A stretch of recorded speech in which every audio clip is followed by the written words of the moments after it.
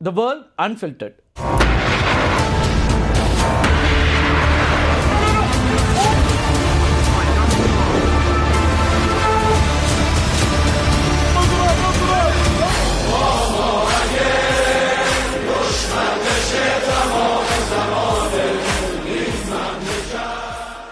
Iran நாட்டின் மீது Israel மற்றும் அமெரிக்க விமானப்படைகள் தொடர்ந்து குண்டு வீசி தாக்குதல் நடத்தி வருகின்றன. இதுக்கு பதிலடியா அமெரிக்க ராணுவ தளங்கள் அமைந்திருக்கக்கூடிய வளைகுடா நாடுகளை குறிவச்சு ஈரான் ட்ரோன் மழை பொழிஞ்சிட்டு இருக்குது.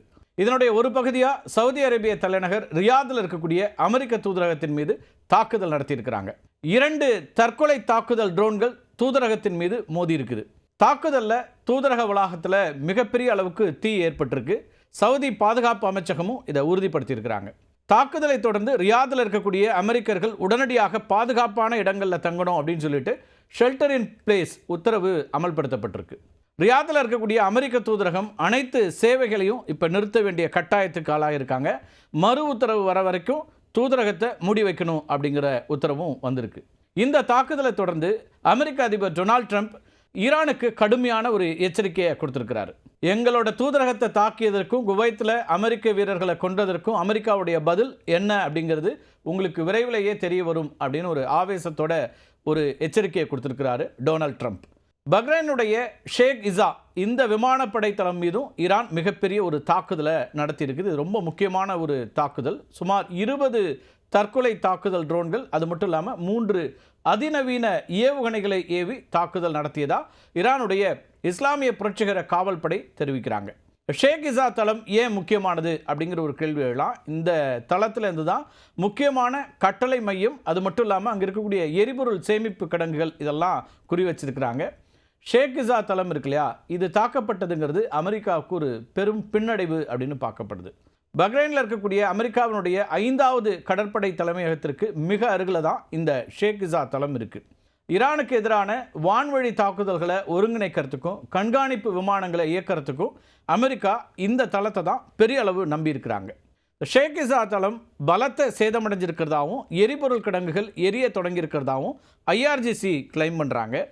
அமெரிக்க இராணுவம் இந்த தாக்குதலை உறுதிப்படுத்தியிருக்கிறாங்க. ஆனாலும் உயிரிழப்புகள் குறித்த துல்லியமான தகவல்கள் அப்படிங்கிறது இன்னும் வெளியிடப்படலை. தாக்குதலை தொடர்ந்து பஹ்ரைனில் இருக்கக்கூடிய அமெரிக்க குடிமக்கள், அது மட்டும் இல்லாமல் அவசர தேவையில்லாத தூதரக ஊழியர்கள் இவங்களை உடனடியாக வெளியேறணும் அப்படின்னு அமெரிக்க வெளியுறவுத்துறை ஒரு உத்தரவு போட்டிருக்காங்க. இதுக்கு பதிலடியாக அமெரிக்க படைகள் என்ன பண்ணுறாங்கன்னா, டேரானில் இருக்கக்கூடிய மையப்பகுதியில் சரசபி அப்படின்னு ஒரு இடம் இருக்குது. அதுதான் IRGCயினுடைய பிரதான கட்டளை மற்றும் கட்டுப்பாட்டு மையம். இதை தாக்கி அழிச்சிருக்கிறாங்க. இஸ்ரேலுடைய F-35 அதிர் போர் விமானங்கள், அது மட்டும் இல்லாமல் அமெரிக்காவுடைய B-2 ஸ்பிரிட் மறைந்து தாக்கக்கூடிய குண்டுவீச்சு விமானங்கள் இந்த தாக்குதலில் ஈடுபடுத்தப்பட்டிருக்குது. அது மட்டும் இல்லை, பங்கர் பஸ்டர் குண்டுகளையும் இந்த சரசர்பி மையத்தின் மீது வீசியிருக்கிறாங்க. இந்த தாக்குதலில் IRGCயினுடைய தகவல் தொடர்பு, அது மட்டும் இல்லாமல் ஏவுகணைகளை இயக்கக்கூடிய மென்பொருள் கட்டமைப்பு முற்றிலும் முடங்கிவிட்டது அப்படின்னு சொல்கிறாங்க அமெரிக்காவும் இஸ்ரேலும். தாக்குதல் நடந்த சமயத்தில் உயர்மட்ட இராணுவ ஆலோசனை கூட்டம் நடந்துட்டு இருந்ததாகவும் சொல்லப்படுது. இதில் பல முக்கியமான தளபதிகள் கொல்லப்பட்டிருக்கலாம் அப்படின்னு பார்க்கப்படுது. இது மட்டும் இல்லாமல் டேரானில் இருக்கக்கூடிய 7 மருத்துவமனைகள் மீது அடுத்தடுத்து குண்டு வீசி தாக்குதல் நடத்தப்பட்டிருக்கு. தாக்குதல் நடந்த இடத்திற்கு மீட்பு படையினர் வரும்போது மீண்டும் ஒரு முறை குண்டு வீசக்கூடிய டபுள் டேப் ஊற்றிய அமெரிக்க இஸ்ரேல் படைகள் பயன்படுத்துவதா ஈரான் குற்றம் சாட்டுறாங்க. இதனால் மருத்துவர்கள், அது மட்டும் இல்லாமல் செவிலியர்கள் பலர் கொல்லப்பட்டிருப்பதா அஞ்சப்படுது. போர்னால காயமடைஞ்ச ஆயிரக்கணக்கான மக்கள் மருத்துவமனைகளுக்கு வந்துட்டு இருக்கிறாங்க. இந்த நேரத்தில் தான் இருக்கக்கூடிய மருத்துவமனைகளும் தாக்கப்படுறது அப்படிங்கிறது சிகிச்சையை சாத்தியமற்றதாக மாற்றி கொண்டிருக்கு. ஏற்கனவே பல பேர் இப்போ காயம்பட்டு மருத்துவமனைகளுக்கு வர்றாங்க. பல மருத்துவமனைகள் இதில் தாக்குதலுக்கு உள்ளாகி இருக்கக்கூடிய சூழலில் இது ஒரு பெரிய சிக்கலாக மாறி இருக்கு.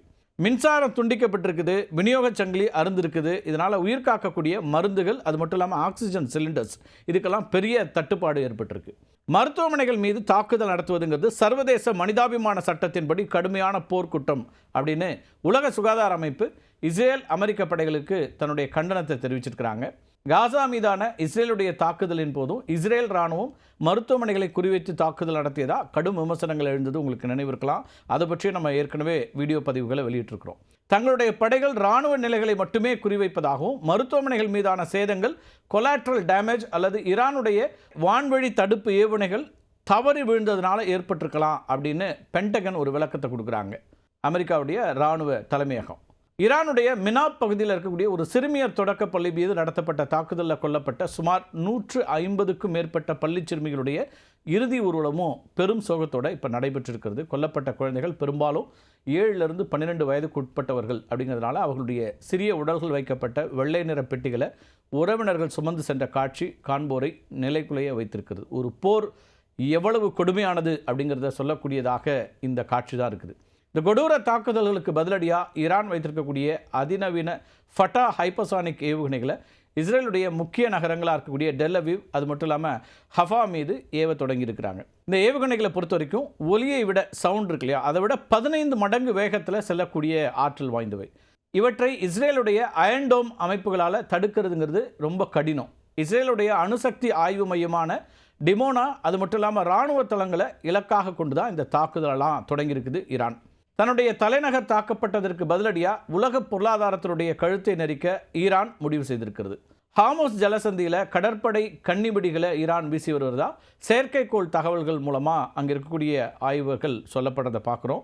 இதனால் எந்த ஒரு எண்ணெய் கப்பலும் அந்த பாதையில் நுழைய முடியாது அப்படிங்கிற ஒரு சிக்கல் இப்போ ஏற்பட்டிருக்கு. டேரான் தலைமையகம் சிதைக்கப்பட்டதுனால ஈரான் தன்னுடைய இறுதிக்கட்ட தற்காப்பு உத்திகளை கையில் எடுக்கலாம் அப்படின்ற ஒரு அச்சமும் அந்த பகுதியில் நிலவுது. அமெரிக்காவுடைய மின்சார கட்டமைப்புகள் அது மட்டும் இல்லாமல் செயற்கைக்கோள்களை முடக்கக்கூடிய மாபெரும் சைபர் தாக்குதல்களையும் ஈரான் ஈடுபடக்கூடும் அப்படின்னு எதிர்பார்க்கப்படுது. லெபனானில் இருக்கக்கூடிய ஹிஸ்புல்லா அது மாதிரி ஏமனில் இருக்கக்கூடிய ஹூதிகள் ஒருங்கிணைந்து ஒரே நேரத்தில் சவுதி, இஸ்ரேல் மற்றும் அமெரிக்க தளங்கள் மீது பல்லாயிரக்கணக்கான ராக்கெட்டுகளை இப்போ ஏவ தொடங்கியிருக்கிறாங்க. இந்த அமைப்புகள் எல்லாருமே ஈரானால் பேக் பண்ணப்படக்கூடிய அமைப்புகள். உங்களுக்கு ஏற்கனவே தெரியும், கமேனியினுடைய தலைமையில் இருக்கக்கூடிய ஈரான் இந்த அமைப்புகளுக்கான ஒரு ஆயுதங்களை அல்லது பண உதவியை உள்ளிட்ட அம்சங்களை கொடுக்கக்கூடியதாக தான் குற்றச்சாட்டுகள் முன்வைக்கப்படுது.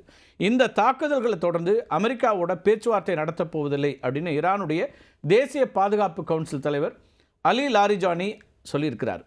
அமெரிக்க அதிபர் டொனால்ட் ட்ரம்ப் தன்னுடைய அமெரிக்கா ஃபர்ஸ்ட் அப்படிங்கிற கொள்கையை இஸ்ரேல் ஃபர்ஸ்ட் அப்படின்னு மாற்றி பிராந்தியத்தில் குழப்பத்தை ஏற்படுத்தி வருவதாகவும் ஒரு குற்றச்சாட்டை முன்வைக்கிறாரு இந்த அலி லாரிஜானி. இதனால் துப்பாக்கி முனையில் பேச்சுவார்த்தை நடத்த நாங்கள் தயாராக இல்லை அப்படிங்கிறது தான் அவரோட ஸ்டேட்மெண்ட்டாக இருக்குது. ஓமன் நாட்டின் மத்தியஸ்தம் மூலமாக ஈரான் பேச்சுவார்த்தைக்கு முயற்சிப்பதா வந்த செய்திகளையும் அவர் திட்டவட்டமாக மறுக்கிறாரு. பேச்சுவார்த்தை முறிந்தால் ஈரான் தன்னுடைய அணுசக்தி திட்டத்தை எந்தவித கட்டுப்பாடும் இன்றி தொடரும் அப்படின்னும் அது உலக பாதுகாப்புக்கு பெரும் சவாலாக அமையும் அப்படின்னும் சர்வதேச அணுசக்தி முகமை கவலை தெரிவிச்சிருக்குது. ஈரானுடைய ஹைப்பர்சானிக் ஏவுகணைகளும் அமெரிக்காவுடைய B2 குண்டுவீச்சுகளும் ஒருவருக்கு ஒருவர் பாதிப்பை ஏற்படுத்தலாமே தவிர மத்திய கிழக்கு பிராந்தியத்தில் நிரந்தர அமைதியை கொண்டு வராது அப்படிங்கிறது தான் இப்போ இருக்கக்கூடிய நடைமுறை யதார்த்தம். போர் அப்படிங்கிறது யார் சரி என்பதை தீர்மானிப்பதில் இல்லை, மாறாக யார் எஞ்சியிருக்கிறார்கள் என்பதை மட்டும்தான் தீர்மானிக்கக்கூடியதாக மாறி இருக்கிறது. இத்தனை மழலைகள் கொல்லப்பட்டிருக்கிறார்கள், இத்தனை உயிர்கள் கொல்லப்பட்டிருக்கின்றன, 2 பக்கத்திலும் மரணங்கள் நடந்து கொண்டிருக்கின்றன. இந்த போர் இப்போதைக்கு முடியாது அப்படிங்கிற ஒரு கவலை தான் மத்திய கிழக்கு பகுதியில் மட்டுமல்ல உலகம் முழுக்கவே இருக்கக்கூடியதாக பார்க்க முடியுது. மீண்டும் ஒரு காணொலியை சந்திக்கலாம் நண்பர்களே. நன்றி, வணக்கம்.